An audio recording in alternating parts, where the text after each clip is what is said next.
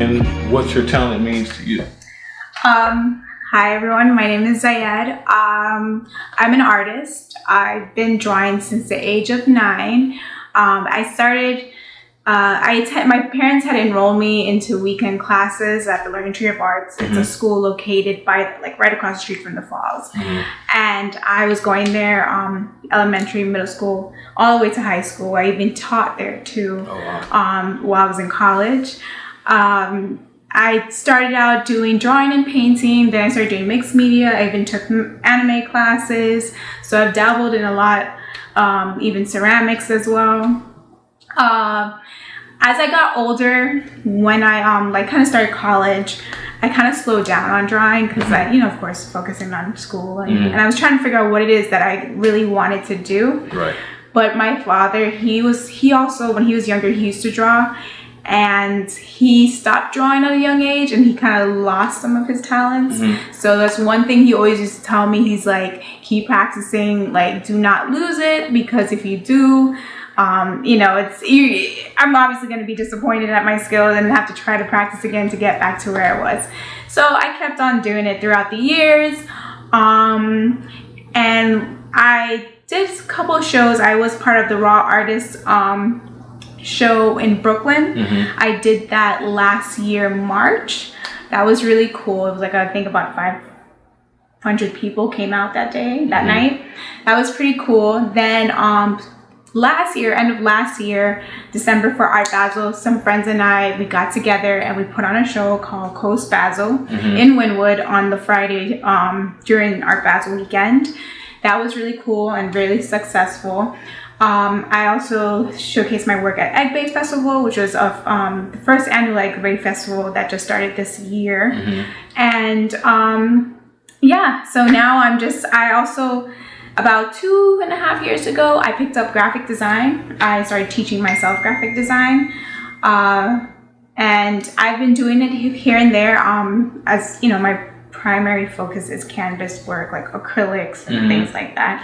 But I really like digital work. I just bought a new iPad Pro, so I'm really excited. I've been using that and I've been doing a lot of work on that. So yeah. So tell us a little bit more about the show that you did in Brooklyn. What were you doing and what was that experience like? Go a little bit more into depth of what that experience was like. Okay, so Raw Artists is an organization that basically they try to help emerging artists, kind of bring their work out and stuff like that for people to see. So I basically applied for the program. They called me and they were saying they're coming to Brooklyn and asked me if I wanted to be a part of their showcase, and I was like, yeah. So it was really cool. It was a bunch of mix. They had like fashion designers, they had like musicians, they had artists, photographers, and I think I submitted I had about 10 pieces, if I'm not mistaken, all ranging from watercolor, acrylic, digital, pencil, charcoal, everything. It was a really cool experience. It happened in Greenpoint, Brooklyn, which is like close to Williamsburg. It was fun. It was I used to do little art shows for the school that I went to. But this is my first time kind of stepping out of that. And it was interesting. It was a lot of fun, and it made me realize that I would like to do more art shows, but I also would like to do eventually what I want to work on is put on a solo art show rather than a group. Okay. Yeah. So I guess this is the right time to tell you guys that the comment section is open. So feel free to, comment questions, just basic comments. If you like something that you hear, feel free to leave some emojis. Feel free to just, let us know that you liked what you heard. Also ask questions. Oh, so you called yourself an artist in the beginning. Yes. What does what does you being an artist mean for you? For me, it's just simply expressing myself, and I don't limit myself to just drawing and painting. I actually write poetry as well, and I've now in my more recent work, because a lot of my work from when I was younger all the way to, I would say, like maybe high school, going into college, was more practice work for me. So a lot of the work that I have is like canvases, and landscape work, like pencil drawings, things like that. And I felt like I was drawing and painting more for people rather than myself, like the things that people would like, you know. So now I feel like I'm starting to come into my own and starting to do things that I like and paint stuff that I like, and also I'm starting to incorporate some of my poetry into my work as well. So whether I'm painting based on my poem or I'm actually involving words from my poetry in the painting. So I try to like mix it up here and there. So that's being an artist is just completely expressing yourself, you know, naturally, and no matter what the form is, no matter what creative form you choose, I should say. Now, what do you mean by you try to mix your words into a painting? So, for example, my most recent work that kind of explores this, I did a painting. I have a poem that I wrote, and it's called "Ode to the Black King," and the painting that I have is basically it's a picture of two faces kind of put together. So half of the face is of a tribesman, is of the Wadabi tribe, if anyone's familiar, in West Africa. They're a nomadic tribe. And the other half of the face is just a representation of the westernized Black man. So, yeah. So that's the best I can describe it. Basically, why I did that is the Wadabi tribe. The man of the Wadabi tribe, or that part of the face, as I said, is a tribesman, nomadic tribesman, and it's just basically kind of like expressing the overall, like showing you the Black man with different sides, compared to Western, and then, you know, a tribesman, and that's basically what the poem is about too. Just an ode to Black men, and like historically, and like struggles and things like that they've gone through, and my appreciation for Black men. So what I did was, along with painting those figures, I actually cut out pieces of lettering from magazines, and I wrote 2 lines of my poems and kind of glued it on there. So it's a little bit of a mixed media piece. Okay. So. The reason why I asked that question, because 2 weeks ago I had a painter and a dancer. Well, she was a painter and a dancer, and she tried to, you know, dance while she painted. So when you said you do spoken word and poetry as well, then I was like, maybe is there a way that you try to twist your poetry into your art? Yeah. So I like to see when you have like artists and painters, and they are multi-talented and they do other things. I want to see how do those things connect. So that was pretty interesting how that connects. So when you taught at your old school, what did you teach? Graphic design, art? Well, I was a substitute teacher for a portfolio class. So basically, all the students in the class range from like elementary to high school, and these are kids who were preparing their portfolios to get into art schools. So whether it's like art middle, art high school, or art college, and I did it for about a month, and it was a really nice experience. You know, especially with kids. Like I had a few kids who were a little nervous, and kind of was, you know, with regards to their talents, they didn't think they were like good enough. So I was able to kind of get, you know, break them out of their shell and like kind of explain to them, you know, everybody has their own like technique. So you can't really say, oh, you know, this person's better than me. No, like your art is your art. So and also it comes with practice too. So you like to dabble in the graphic design. You said also anime. Well, I did anime briefly in high school. Okay. Was it high school? Either middle school or high school. Because you know, back in middle school, elementary school, of course, who didn't watch like Sailor Moon, Dragon Ball Z? I still watch. I definitely just finished Samurai Champloo, which was pretty good. So I took about a semester on anime drawing, and just to see what I could do. I had a lot of fun with it, but I prefer a lot of more realistic work. Yeah, but With the graphic design, I've been trying different things. So I do some realistic work, some animation work, also just some like mix. Like I actually did I did 2 pieces last night on my iPad, which came out really dope. One of them in particular, I did like a beach scenery, like a late evening beach scenery. And instead of using water, I got an African print, and used that as the water. And then what I did was I drew 2 tribesmen, and I liked it. It came out dope. It, like the whole I don't know. Is it because I noticed one time I saw a video on your Instagram, you did it was like you can see the sketch, but it was like a video that displayed like the process. Oh, the process, yeah. I think it was of the chef that recently passed away. Of Anthony Bourdain. Yeah. So yeah, that's a cool feature on the iPad.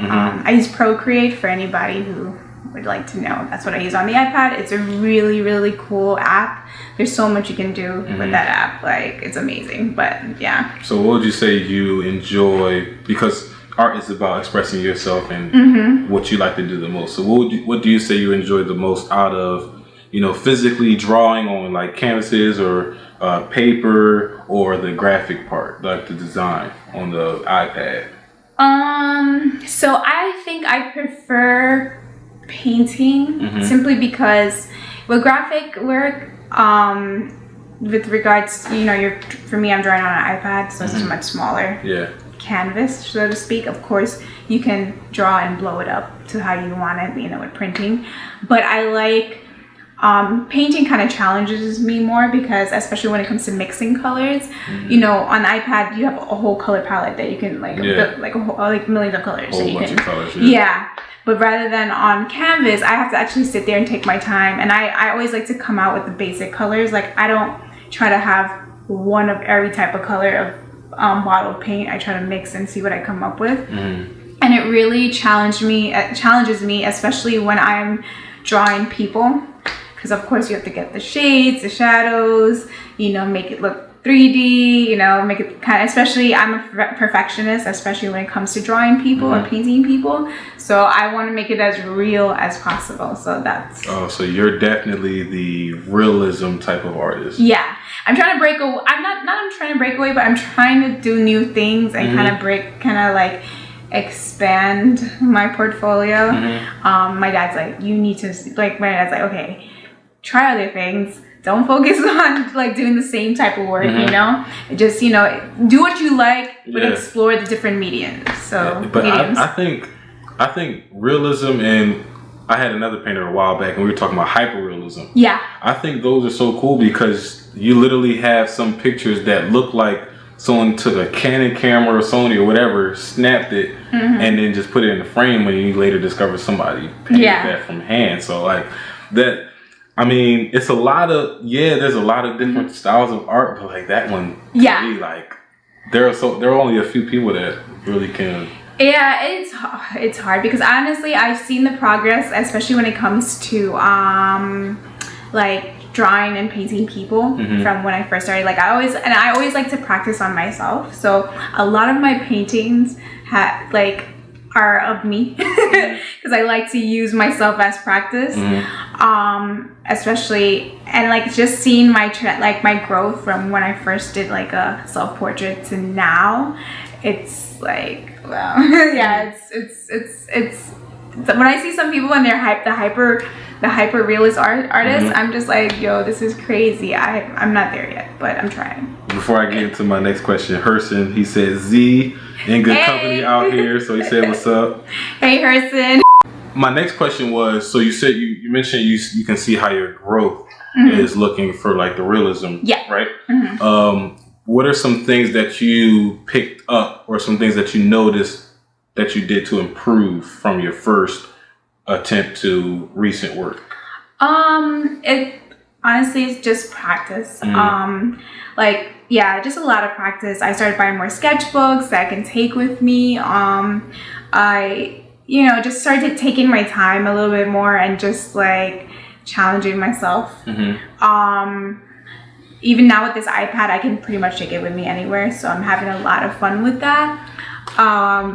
And just practicing more, honestly. Like, that's just the key to anything.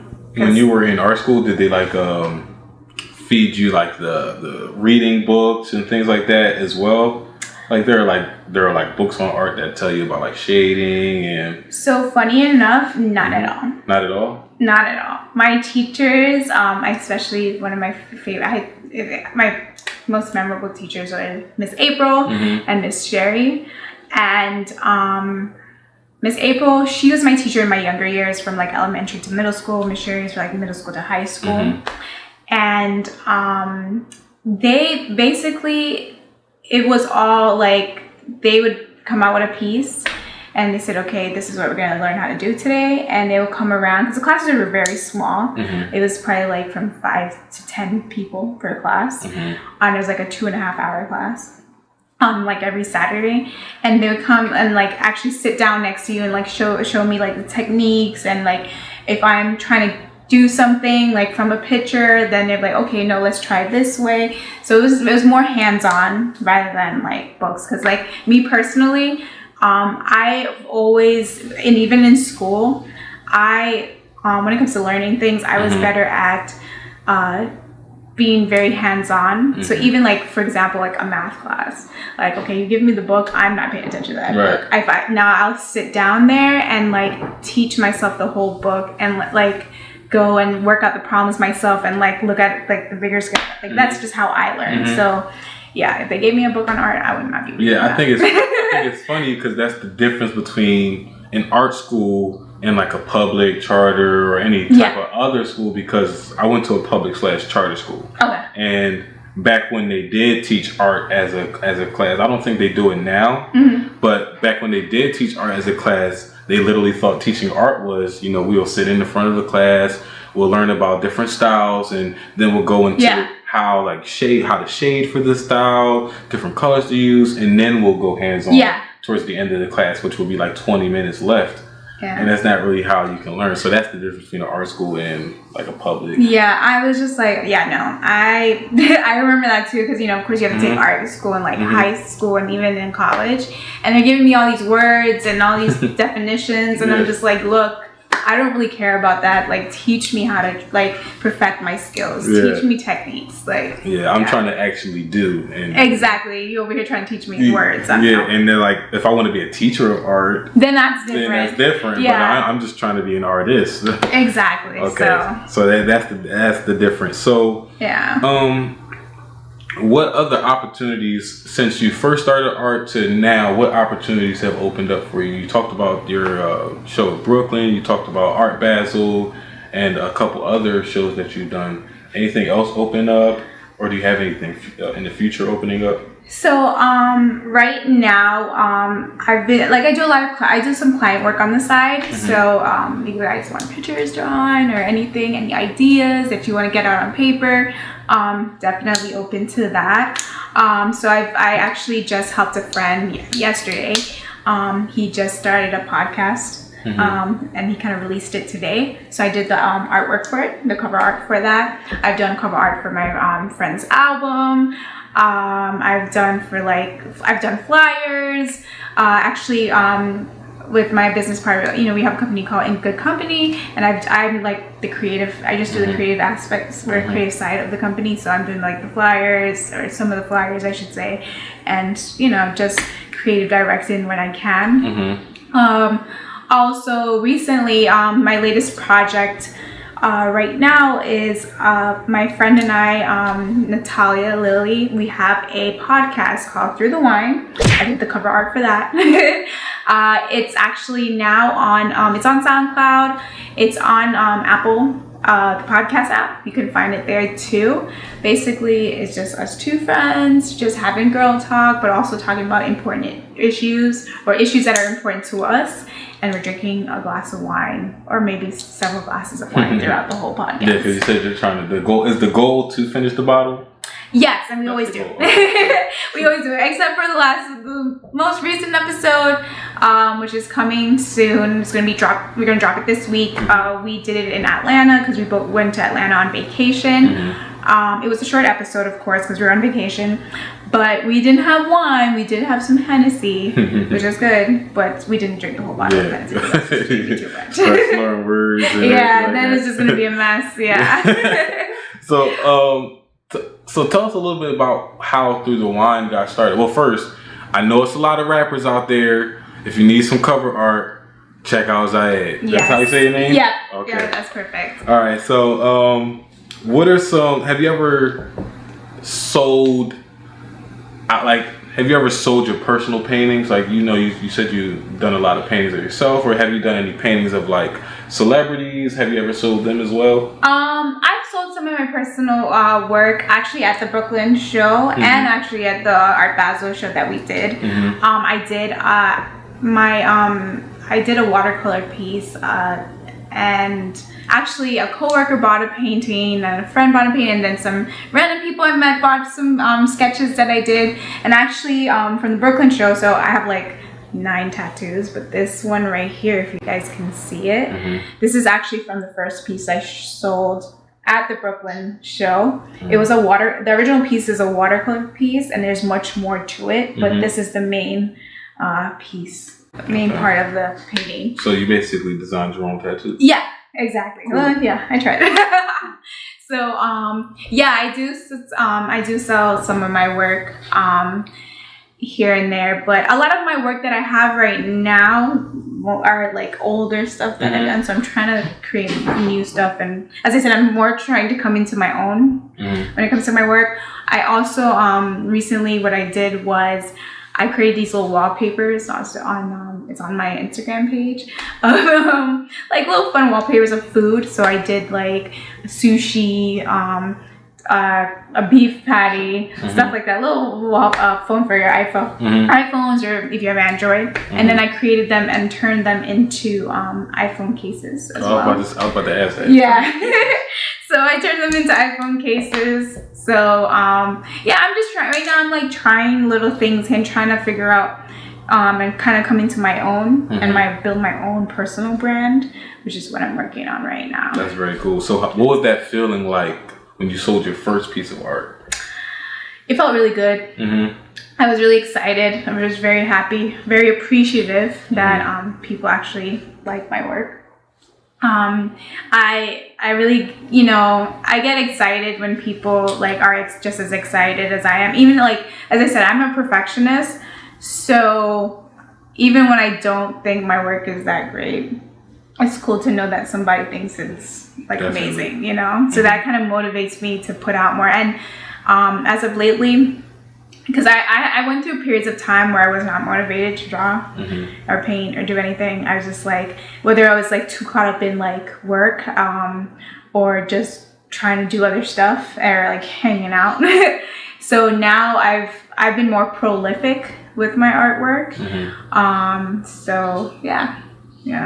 Skill like being able to draw can literally take you in so many directions where like you just said, you can draw wallpapers or whatever it is and then turn them into phone cases. Yeah, or little things. And that's something as little as that. And then you can go bigger and bigger and bigger. There's so many different things for you to do. So I want to urge whoever is watching and you're good at drawing, even if someone told you you're good at drawing, definitely pursue it. And then, do your other things, but I wouldn't say lose it. Yeah. A lot of people get lost in it and they regret it in the long run. Exactly. Like, yeah. So were you ever in a dark place to where, well, you already said you were feeling unmotivated to draw. Why do you think you were feeling unmotivated to draw, and how did you get out of that funk? I think it was just more me trying to find myself and trying to find out what it is that I wanted to do. I graduated from FIU with my bachelor's in international relations, and I had this whole idea of, I'm going to do something in that field, like whether it's become a diplomat or something of that sort. And I was like, okay, Z, like you're playing yourself. And I actually, I had moved to New York. I had quit my job, moved to New York. I got into corporate in New York. I was working for a city private bank for about 2.5 years, almost 3 years. And that even made me realize even more that I was not made for corporate. And it's funny because growing up, like when I was a little bit, like in high school, like come in maybe freshman year of college, I used to always tell myself like I'm not made for corporate, and like I would tell my friends like I'm not the corporate person. But I was like, you know what? Let me try, because you never know. You never know. So I did the whole corporate thing, where living the whole New York life, and then I was just like, you know what? No, this is not for me. Also, what happened was I had like got really sick last year. Like just had a whole bunch of health issues. I was just very unhappy, very depressed, and on top of work and stuff like that. It was just a really, last year, well, 2016, 2017 was a really rough time period for me. And it just made me realize even more that I need to start doing what I like. You know, I need to start in trying to enjoy my life and not stress myself out, and not doing things because whether I need to make X amount of money, or I need to, have this type of job, or like, or worry about what people are going to say if I don't do that, or don't do this, So I definitely, once I hit a certain point with regards to my health, after that I was just like, you know what, screw this. I actually quit my corporate job, and I moved back to Miami, and that's when we did the Coast Basil show. Then also I currently now work for Apple, which is really cool. I do it part-time, and Apple has given me the opportunity to do live art sessions at the store, which has been really cool. I've done 3 so far. I've also participated in teaching and assisting the creatives at Apple Store with teaching kids who come in, whether it's drawing and sketching on the iPad, and we have like little field trips where the kids come in and learn about the different programs that we have. So and I really like it. I really enjoy it. It's not, and that's what's most important, is doing what you love and doing what you enjoy. And people are like, oh, Apple retail position, but there's just so much more to it than just being your typical, okay, I'm selling all these Apple products, because you get to meet I've met so many interesting people, from customers to even the people I work with. A lot of people I work with are creatives, just like myself, whether they're photographers, they have radio shows, gaming, like all types of things, So yeah, it's. Oh, so you're doing like live art sessions with the iPad on the app that you were. What's the app called? Procreate. Yeah. Okay, Procreate. so that's the app I'm assuming that you're using. Yeah. Okay, that's pretty. Yeah. Dope. That's pretty cool. So is that something new that Apple's starting to do? So Apple has today at Apple Sessions, which I can't. So I first learned about it prior to working there. When I was living in Brooklyn, the Williamsburg location, they actually have shows where they have actual like well-known artists come out and perform in front of customers, and then they do a Q&A. Okay. So I went to one.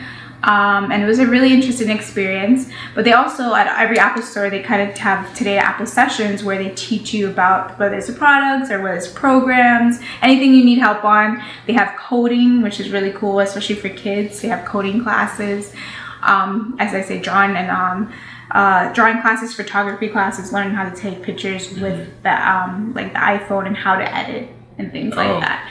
But this whole thing, they started in my particular location recently, so it's been pretty cool. So sometimes it's like I get to work and they're like, "Hey Z, you want to draw?" I was like, "Okay, cool. I'll sit here and draw for 2 hours." Yeah, don't mind if I do. Right?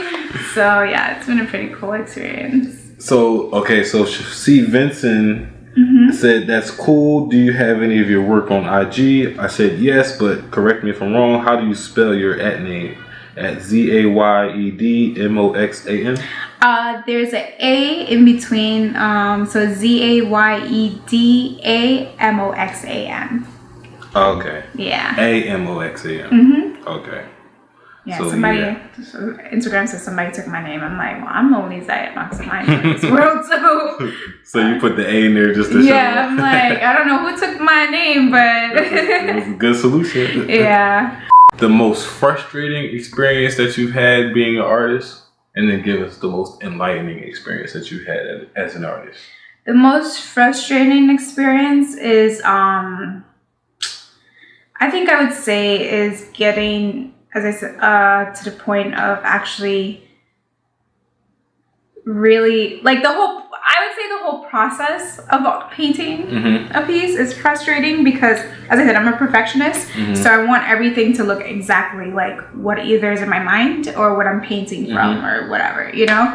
So when it doesn't come out that way, I'm like, I'm the worst. Like, I'm pissed off. Like, I leave it. Like, I have one painting in my room that has been on my wall, not finished, for the past 5 years. Oh, wow. I'm gonna revisit it, but right now I have to take a step back. So like, that gets a little frustrating sometimes when you have something in your head, or like, and it doesn't really come out exactly on paper how you want it. So you kind of have to like revisit it, take a step back. But it goes to when it does come out how you want it, and that feeling of, wow, this is amazing, like, damn, I'm really good. Like, that is like the best feeling ever. Like, last night, the 2 pieces that I did, I was like, wow. I was like, see, did I, like, okay. And like, it's funny because I always go to my dad too after every drawing I do. Like, he's like my right hand when it comes to any. I always ask him, like, what do you think I should change, or does this look funny? What is your perspective on this? Do you understand my vision? Because, you know, he has an eye of everyone else who's looking at it, you know? Like, obviously my eye is different from everyone else because I'm the artist and I'm expressing myself. So he's kind of like looking at it as how everyone else will see. So I always ask his opinion on things. That's cool. But yeah, I definitely get the frustration part when you're saying, like, when it doesn't come out. It's like similar to when you have this outfit in your mind. Yeah. And then you put it on, you look in the mirror, it's like, this is how it came out. Like, let me tell you, that is so. Especially if you bought the outfit. If it's not something that you already had, you went out and bought this outfit. Hour turns into 2 hours. It could definitely be frustrating. So, you know, guys, at this time, I want you to wrap up any last minute questions. Feel free to leave some comments, ask some questions. I have one more question that's going to give you guys some time to ask questions if you have any. And my last question is, I ask this every week, and that is the red pill or the blue pill. If you could take one pill, the red pill being you go forward 10 years and you have $5 million in your bank account, and then you take the blue pill, you go backwards 10 years, but you know everything that you know now. Which pill are you taking? Probably, wow. You know what? I'd probably take the blue pill. Blue pill? Yeah, I'd probably go back. Why would you go back? Just to, like, especially with some of the stuff that I've like dealt with and like emotions and things like that, kind of learning a lot, you know, just have a smoother, you know, smoother transition and smoother. I think I would do that. I mean, 5 million sound great, yeah, but I probably would make the 5 million. You probably would make the going back. Knowing what I know. A lot of people say, like, a lot of people who say they will go back have the similar answers. You know, they think they're gonna make it back anyway if they go backwards. Exactly. But I've had one person who had a perception saying she would go back because going back is really going forward because she will be able to help so many more people. That's true. Yeah, I was like, wow, she was one person who changed the whole perception of, I was not thinking anywhere near remotely close to that. That is so true. It's the whole, if I knew what I knew now, then like so many things would be so much. So many things would be different. Yeah, so you would make less mistakes. Wouldn't stress out myself as much. And make better decisions. You know, we all, you know. Yeah, especially like when things you think are going so bad.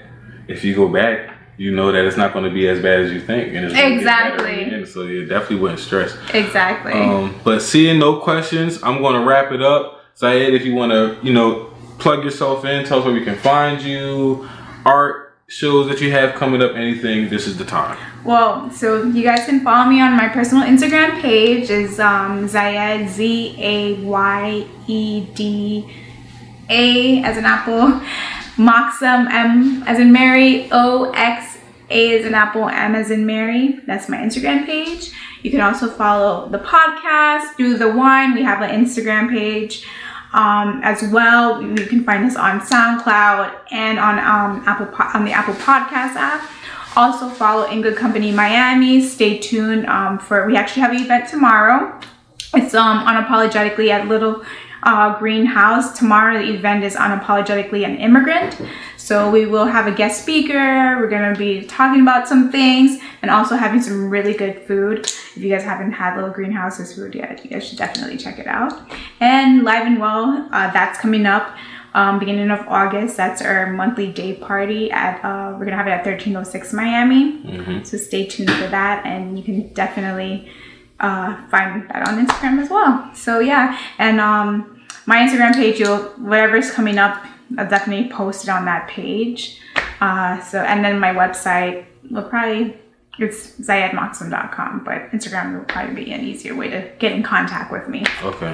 If necessary. Yep. So follow Zayed Moxum on Instagram, and like she said, you'll be able to see all the events from In Good Company. You could get updates on the podcast through the wine, which I'm going to be trying to get them back on the show to talk about a little bit more about the podcast and everything like that. So I look forward to that. Thank you all for tuning in every week like you usually do. Especially C. Vincent, Torian. I appreciate all you guys for tuning in every week. I'll see you guys next week, hopefully. Again, this is your host, QuiySpeaks, aka Mr. 215-305, and Talented Tuesdays is brought to you by the GoldenKey Foundation, developing leaders one step at a time. And we are out. Bye.